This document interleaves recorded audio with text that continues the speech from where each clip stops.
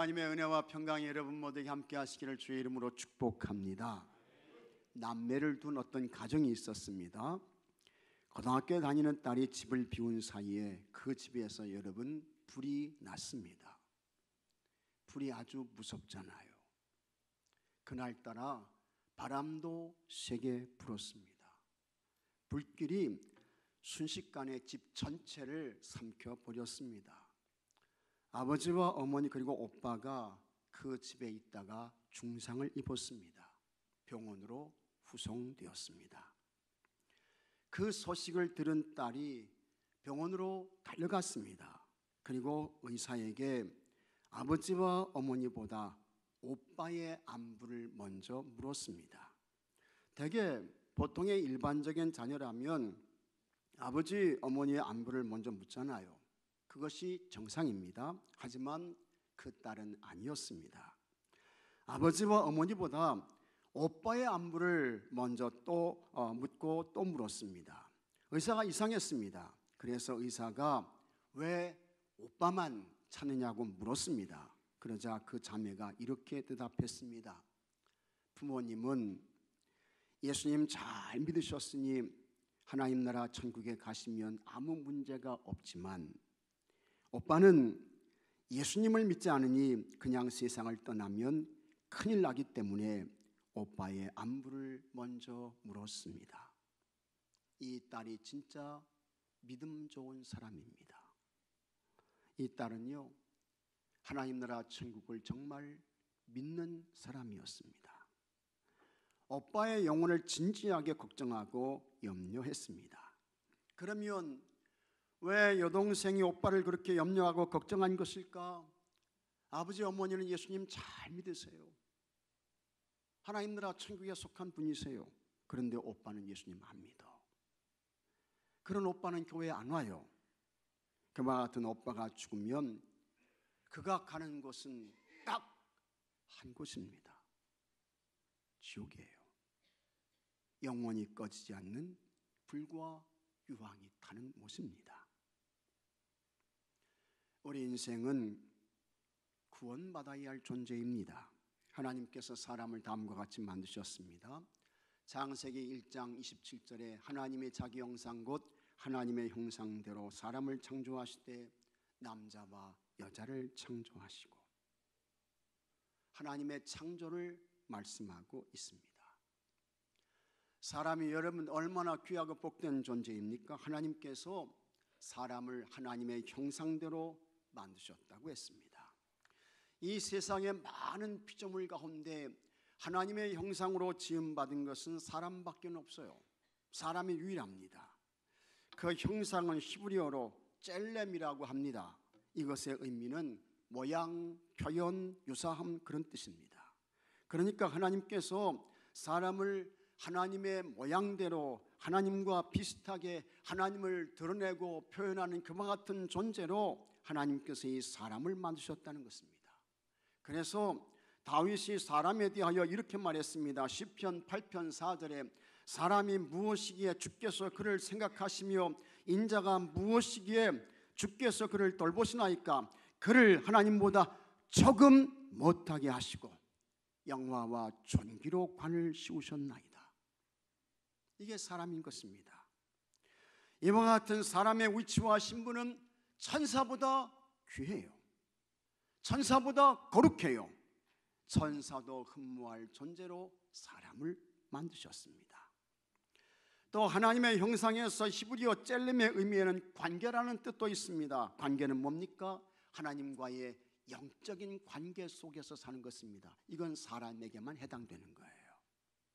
그리고 이것이 인간과 인간의 관계로도 이어지게 됩니다. 이것을 강하게 강조했던 유명한 신학자가 칼 발트라는 사람입니다. 하나님과의 관계는 뭐냐? 하나님을 창조의 하나님 아버지로 예배하며 높이는 것입니다. 그분의 통치와 그분의 지배와 다스림을 받는 거예요. 하나님 안에서 기쁨을 누리며 행복하게 사는 것입니다. 이것이 창조자 하나님과 피조물 인간과의 관계였습니다. 그런데 이와 같은 하나님과 인간 사이에 뭐가 끼어들었습니까? 악한 마귀가 들어왔습니다. 그 마귀가 하나님과 인간의 관계를 파괴했습니다. 그래서 아담이 하나님의 말씀에 불순종했습니다. 하나님께서 금하신 선악을 알게 하는 나무의 열매를 먹었습니다. 그때부터 하나님의 사람이 마귀의 사람이 된 것입니다. 죄가 없던 인간에게 죄가 들어왔습니다. 그 죄로 인해서 하나님과 인간 사이에 틈이 생겼습니다. 하나님과 인간 사이에 담이 세워지게 된 것입니다. 이때부터 아담의 후손으로 태어난 사람은 누구든지 죄인이 되었던 것입니다. 하나님 앞에서 아주 정직하고 신실한 삶을 살았던 다윗이 이렇게 말했습니다. 시편 51편 5절에 내가 죄악 중에 출생하였으며 어머니가 죄 중에서 나를 잉태하였나이다. 이 다윗이 한 이야기예요. 아무것도 알지 못하는 무식한 사람이 이런 이야기를 했다고 하면 이 사람은 정신 빠진 사람입니다. 정신 나간 사람이에요. 그런데 다윗은 그런 사람이 아니었습니다. 이 다윗은 하나님의 성령님의 감동을 받은 사람이었습니다. 이 다윗은 하나님 마음에 아픈 사람이었습니다. 하나님과 아주 친밀한 사람이었습니다. 그는 왕의 자리에 있었습니다. 하나님께서 그와 같은 다윗에게 감동을 주셔서 인간이 어떤 존재인지를 가르쳐 주신 것입니다. 그러면 이와 같은 죄인에게 반드시 꼭 필요한 것이 뭘까? 뭐가 필요합니까? 죄사함이죠. 죄사함이 필요한 거예요. 왜 그렇습니까? 죄의 삭은 사망이기 때문인 것입니다. 성경에 말씀하는 사망은 뭐냐? 영원한 멸망입니다. 영원한 형벌이에요. 불못입니다. 지옥입니다. 한번 들어가면 출구는 있는데, 입구는 있는데 출구가 없어. 거기에서 소금 치듯함을 받게 되는 것입니다. 그러면 어떻게 죄사함을 받고 사망이 아닌 영원한 생명을 얻을 수 있을까? 딱 하나의 유일한 길이 있습니다. 그것은 예수님을 그리스도 주님으로 믿고 영접하는 것입니다. 여기에 구원이 있어요. 영생이 있어요. 하나님 나라 천국이 있습니다. 그래서 예수님께서 말씀하셨습니다. 요한복음 10장 9절의 말씀을 다 같이 한번 읽어보겠습니다. 내가 문이니 누구든지 나로 말미암아 들어가면 구원을 받고 또는 들어가면 나오며 꼴을 얻으리라. 아멘. 내가 문이니 나는 문이다. 나로 말미암아 들어가면, 여기 들어간다는 것은 예수님을 그리스도 주님으로 믿고 고백하는 거예요. 나로 말미암아 들어가면 누구든지 구원받는다. 들어가면 나오며 꼴을 얻게 될 것이다. 예수님 말씀하셨습니다. 또 요한복음 14장 6절에는 예수께서 이르시되 내가 올 것 길이요 진리요 생명이니 나로 말미암지 않고는 아버지께로 올 자가 없느니라. 이 예수님을 전해야 합니다. 이 예수님을 증거하셔야 돼요. 이 예수님을 선포해야 합니다. 이 예수님을 드러내야 합니다. 이것이 뭡니까? 전도하는 것입니다. 그리고 이 예수님을 그리스도 주님으로 믿고 고백하면 누구든지 어떤 사람이든지 죄사함을 받고 영생을 얻고 영원한 하나님 나라 천국의 사람이 되는 것을 믿으시기 바랍니다. 어떤 유명한 철학자가 이런 말을 했습니다. 이 사람이 헨리 보시라는 사람인데 이런 말을 합니다. 소크라테스와 아리스토텔레스, 플라톤이 세 사람이 합해서 103년 동안 인류에게 지혜를 가르치고 철학을 가르쳤지만 예수님은 단 3년을 가르쳤다. 그러나 이 3년이 위대한 철학자 3명이 가르친 103년보다 더 큰 영향을 지구상에 남겼다. 꼭 맞는 이야기예요. 진짜 옳은 이야기예요. 소크라테스, 아리스토텔레스, 플라톤 훌륭한 철학자들입니다. 이 사람들이 103년 동안 지혜를 가르쳤습니다. 지식을 가르쳤습니다. 무지한 사람들에게 각성과 깨달음이 있겠습니다. 하지만 그들의 지혜와 가르침으로 인간의 죄의 문제를 해결받을 수는 없습니다. 지옥 못 피해요. 영원한 하나님 나라 천국 못 얻습니다. 안 됩니다. 그러나 예수님께로 와서 예수님을 그리스도 주님으로 믿고 고백합니다. 그 예수님을 나의 주님으로 모셔드리는 거예요. 같이 하겠습니다. 나의 주님, 나의 주님. 그 예수님을 같이 하겠습니다. 나의 하나님, 나의 하나님. 예수님이 나의 주님이십니다. 예수님이 나의 하나님이십니다. 이걸 믿음으로 고백하고 받아들이고 시인하게 되면 하나님께서 그 예수님께 대한 믿음 보시고 그 사람을 의로운 자로 인정해 주십니다. 어떤 허물과 죄도 사해 주시는 거예요. 그리고 그 사람을 하나님 자녀의 자리까지 높여 주십니다. 그에게 영원한 하나님 나라 천국을 유업으로 주십니다. 오직 예수님을 통해서만 얻게 되는 은혜이며 축복이며 구원입니다. 그러면 교회와 성도들이 영혼을 구원하기 위해서는 어떻게 해야 할까? 첫째로 부정의 태도가 아닌 긍정의 신앙을 가져야 한다고 했습니다. 여러분, 내가 하는 거 아닙니다. 주님이 하세요. 내가 하는 거 아닙니다. 성령님이 하시는 줄로 믿으시기 바랍니다. 그러니 영혼을 구원할 수 있다는 긍정의 신앙을 가지고 시작하셔야 됩니다. 도전하셔야 돼요. 하나님께서 열매를 맺게 하시고 성령님께서 연약한 여러분을 도우셔서 영혼을 추수하게 하십니다. 둘째로 하나님께서 행하실 기적과 부흥을 꿈꾸고 기대해야 한다고 했습니다. 사람은 한계가 있죠. 그러나 하나님은 무한입니다. 하나님의 능력은 제한이 없으세요. 우리 하나님은 지극히 높으신 하나님이십니다. 그 하나님은 어떤 분이냐? 하나님의 사람들에게 꿈을 주십니다. 그리고 하나님의 때가 되면 그 꿈이 반드시 실제가 되게 하시는 줄로 믿습니다. 영원 구원, 교회 부흥에 대한 큰 꿈을 꾸시기 바랍니다. 그리고 그와 같은 꿈이 실제가 됨을 확신하며 기다리고 기대하며 도전하고 전진하시기 바랍니다. 그래서 하나님이 허락하시는 때에 많은 구원의 열매를 맺으시고 하나님께 영광을 올려드리게 되기를 바랍니다. 계속해서 교회와 성도가 영혼을 구원하기 위해서는 어떻게 해야 할까? 셋째로 같이 하겠습니다. 기도하셔야 됩니다. 기도가 아주 중요한 거예요. 기도하셔야 돼요. 안드레가 어떤 아이가 가져온 보리떡 5개와 물고기 2마리를 예수님께 드려요. 예수님께서 그 오병이어를 손에 받으셨습니다. 그 예수님께서 오늘 말씀을 보니까 축사하셨다고 했습니다.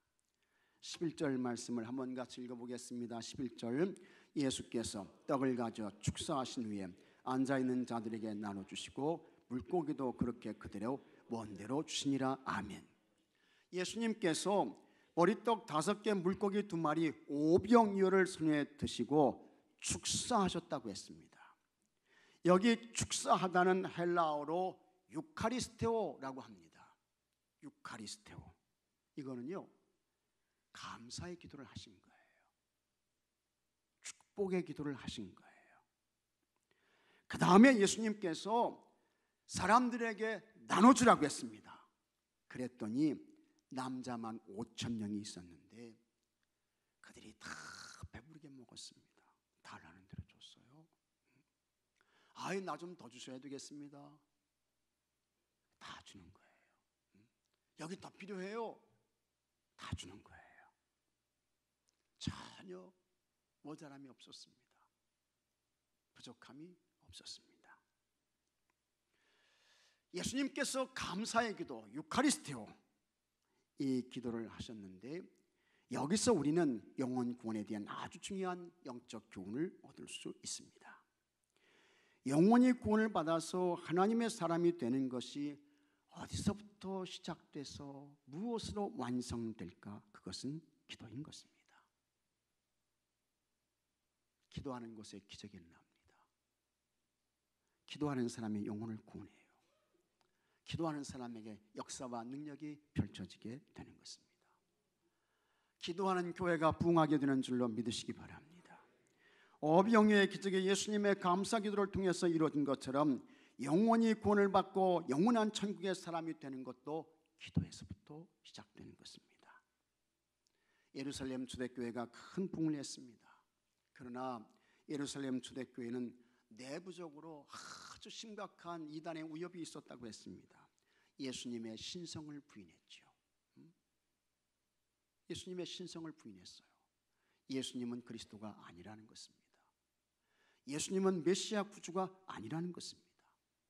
예수님의 부활을 부정했습니다. 예수님의 부활은 가짜라는 것입니다. 환상 허위라고 했어요. 그리고 외부적으로는 무서운 박해가 있었습니다. 유대인들이 핍박하고 로마가 박해했습니다. 예루살렘 교회 공동체 안에 있었던 사람들은 세상에 나가가지고 내가 저 예루살렘 교회의 성도입니다, 나는 예수님을 그리스도 주님으로 믿고 고백하는 나는 주님의 사람입니다, 말을 못하는 거예요. 말하게 되면 붙잡혀 가야 돼요. 감옥에 갇혀야 돼요. 매맞아야 돼요. 유대교에서 출교당해야 돼요. 교회 공동체에 속한 성도로 사는 것이 그야말로 고난이고 고통이었습니다. 하지만 여러분, 그럼에도 불구하고 이 예루살렘 초대교회는 부흥하는 거예요. 믿는 사람이 많아져. 구원받는 사람들이 더해지는 거예요.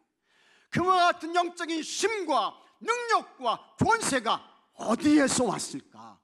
어디에서요? 그것이 여러분 기도였습니다. 사도행전 2장 42절에 다 같이 읽겠습니다. 그들이 사도의 가르침을 받아 서로 교제하고 떡을 떼며 오로지 기도하기를 심쓰니라. 아멘. 같이 하겠습니다. 오로지 기도하기를 심쓰니라. 오로지 기도하기를 심쓰니라. 오로지 기도했다는 거예요. 저들은요 오로지 기도했습니다. 기도밖에는 답이 없어. 기도밖에는 길이 안 보여. 기도 안 하니까 능력이 안 나와요. 그래서 저들은 기도하는 것을 멈추지 않고 전심으로 온 힘을 다해서 오로지 기도했던 것입니다. 그러므로 예루살렘 초대교회는 어떤 공동체였느냐? 기도하는 공동체였습니다. 예루살렘 초대교회 성도들은 어떤 사람들이었습니까? 저들은 오로지 기도하는 사람들이었습니다. 그렇게 기도했더니 하나님께서 그 기도를 들으셨어요. 그래서 저들에게 다 성령님으로 충만케 하셨습니다. 그래서 교회에 악한 영이 역사하지 못하도록 하나님께서 막아주셨고, 아무리 강한 박해가 와도 넉넉히 이겨낼 수 있는 힘과 능력과 권세가 저들에게 있었던 것입니다. 여러분들에게 그와 같은 능력이 있으세요? 그런 힘이 있으세요? 그런 권세가 있습니까? 어떤 상황에서도 꺾이지 않는 담대함이 있으신가요? 근데 그게 그냥 오는 게 아니에요, 여러분. 기도를 통해서 오는 것입니다. 교회와 성도가 전도해서 영혼을 구원한다는 것은요, 이건 정말 여러분 대단한 것입니다. 이건 굉장한 역사인 것입니다. 엄청난 역사예요. 우리가 영혼을 구원한다는 것은 여러분 마귀에게 속한 사람이 하나님의 사람, 하나님의 자녀가 되게 하는 거예요. 믿습니까, 여러분? 여러분들은 다 예수님 믿기 전에 어떤 사람이었습니까? 마귀에게 속한 사람들이었다고요. 마귀에게. 그냥 막 불못의 지옥으로 끌려가는 그와 같은 사람들이었어요. 근데 예수님을 그리스도 주님으로 믿고 구원받아서 하나님의 자녀가 되고 영생의 사람이 되고 영원한 하나님 나라 천국의 사람이 되고 굉장한 역사잖아요. 엄청난 기적이잖아요. 영혼을 구원한다는 것은 여러분 영벌의 사람이 영생의 사람이 되게 하는 것입니다. 영혼을 구원한다는 것은 꺼지지 않는 불못의 사람이 영원한 그 화려하고 찬란하고 아름답고 영광스러운 영원한 하나님 나라 천국의 사람이 되게 하는 거예요. 이와 같은 이 거룩하고 위대한 역사가 어떻게 이게 가능할까? 이게 어떻게 되는 거예요? 기도를 통해서 되는 줄로 믿으시기 바랍니다. 그래서 기도는 능력입니다. 기도에 역사하는 강한 힘이 있는 것입니다. 미국 사람뿐만 아니라 전 세계 사람들이 다 존경하고 그 다음에 참 모든 사람들이 아주 이렇게 크게 이렇게 높이는 그와 같은 훌륭한 사람이 있습니다.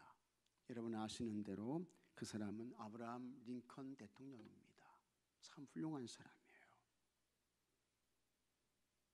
이 사람은 미국의 제16대 대통령이었습니다. 링컨 대통령 당시에 미국이 아주 심각한 문제가 있었는데 그게 노예 문제였잖아요. 이 노예 문제로 인해서 남과 북이 갈려서 전쟁을 하게 되는 거예요. 이게 남북전쟁입니다. 전쟁 초기 때마다 이 북군이 져요. 패하게 되는 거야. 링컨이 큰 절망에 빠지게 되는데 그때 링컨은 수심에 쌓인 채로 강요들과 앉아서 여러 가지 대책을 논의하는 것입니다. 그런데도 무슨 길이 없어. 답이 안 나와요. 이 링컨이 수심에 쌓인 채로 참 강요들과 앉아서 여러 가지 대책을 논의하다가 그냥 뭐 가슴이 답답하고 마음이 괴롭게 되면 자 이제 우리 잠깐 휴회를 합시다. 회의를 잠깐 멈춥시다. 회의를 중단하고 이 링컨이 회의장을 빠져나옵니다. 그때 그의 비서는 이 링컨이 어디로 가는지 너무 잘 알았습니다.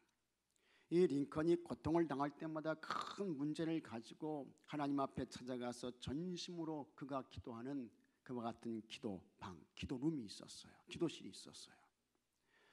거기에 들어가서 링컨이 하나님께 기도를 하게 되는데 그때의 이 비서는 알아서 대통령은 기도 중 이 편말을 붙여요.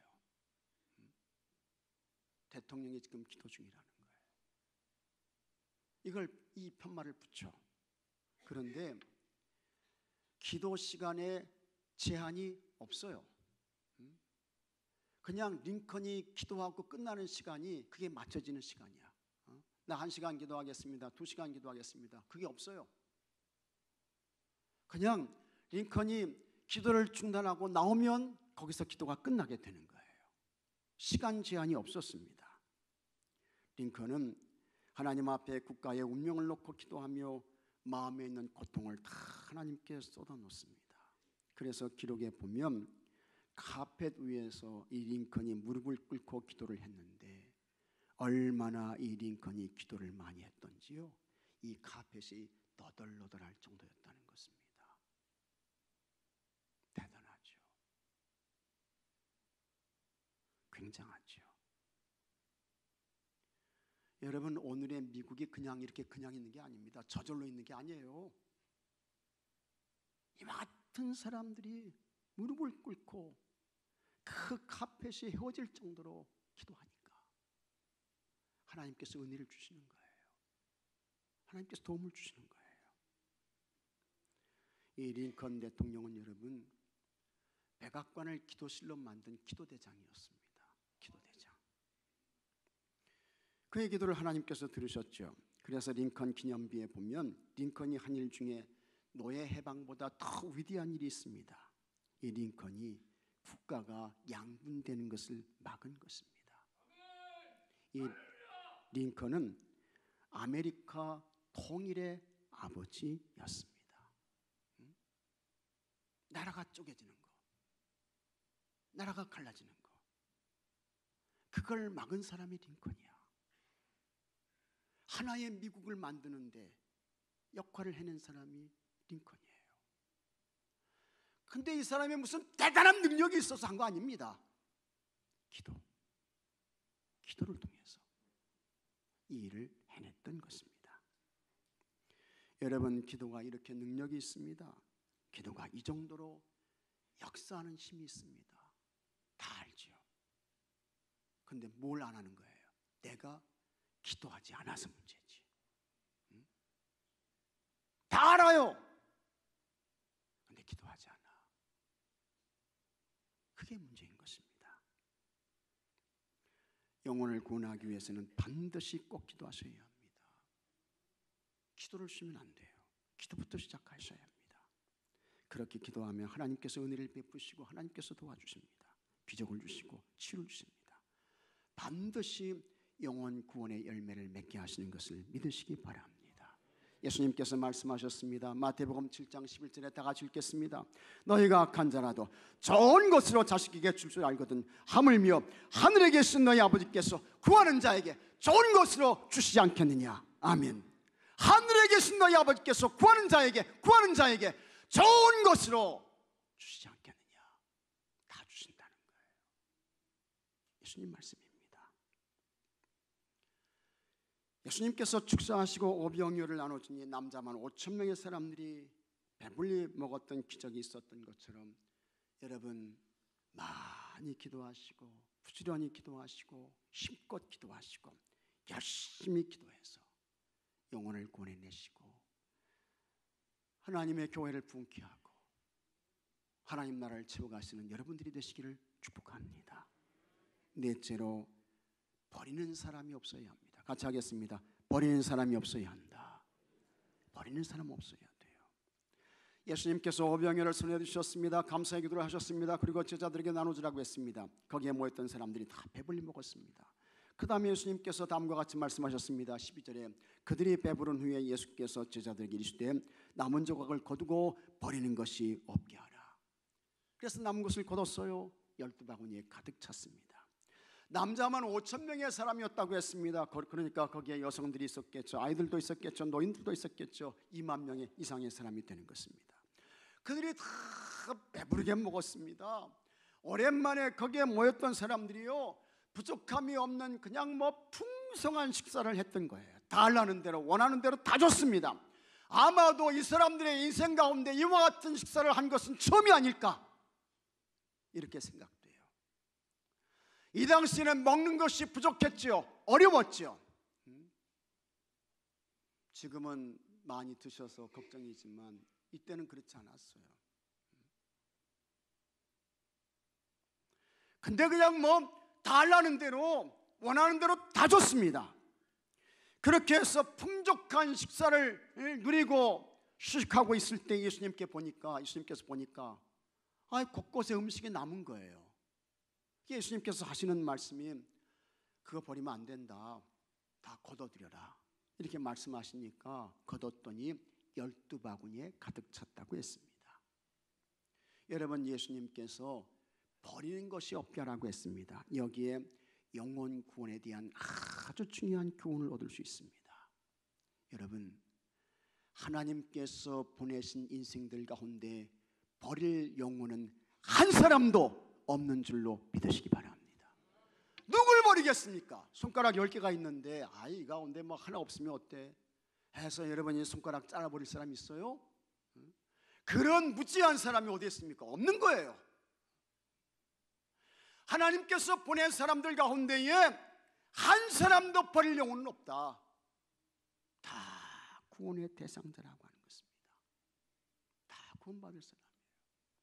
예수님의 십자가는 나를 위한 십자가예요.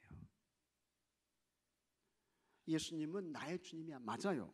그래서 사도 바울이 갈라디아서 2장 20절에 나를 사랑하사 나를 위하여 자기 자신을 버리신 하나님의 아들을 믿는 믿음 안에서 사는 것이라고 했습니다. 맞아요.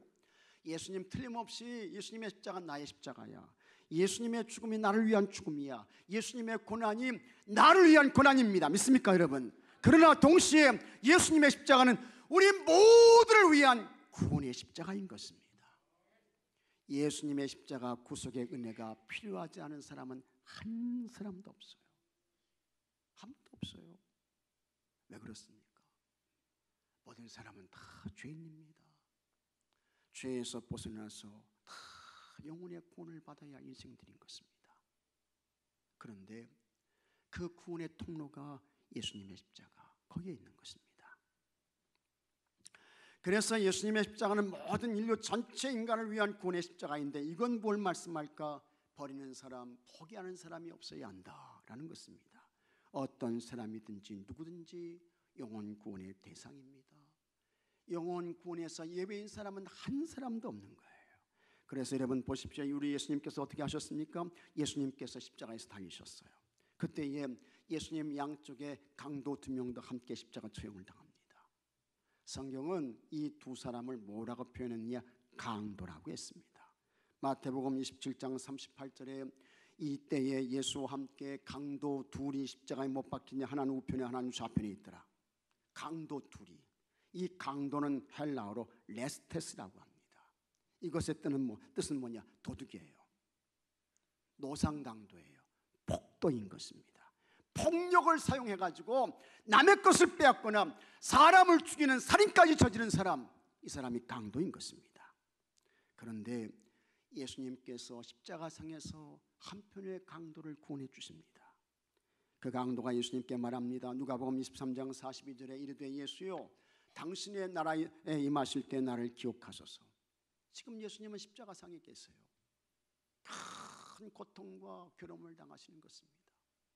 몸을 찢으시고 피를 흘리시고 조롱과 수치와 멸시를 당하시고 엄청난 고난과 고통 가운데 계신 데에 이 한편의 강도가 주님 나라에 이를 때 날 좀 생각해 주세요, 이렇게 이야기를 하니까 예수님께서 말씀하십니다. 43절에 예수께서 이르시되 내가 진실로 내게 이르노니 오늘 내가 나와 함께 낙원에 있으리라. 이 강도가 구원받습니다. 하나님 나라 천국을 유업으로 받아요. 예수님의 십자가 죽음은 의로운 죽음이었습니다. 죄 없으신 예수님께서 인간의 죄의 문제를 해결해 주시려고 대속의 죽음을 죽어주셨습니다. 하지만 강도는 자신의 죄 때문에 죽는 당연한 것이었습니다. 그렇다고 하면 세상적으로 볼 때에 이와 같은 이 강도 이 사람에게 구원과 자비와 긍휼을 베풀 이유가 없습니다. 그러나 예수님은 아니었습니다. 아주 악하고 못된 강도라 할지라도 예수님은 그 사람의 영혼을 버리시지 않습니다. 안 버려요. 그래서 예수님께서 십자가에 달리신 그 순간에도 영혼을 구원하셨던 것입니다. 우리는 스스로 생각하고 판단할 때가 많습니다.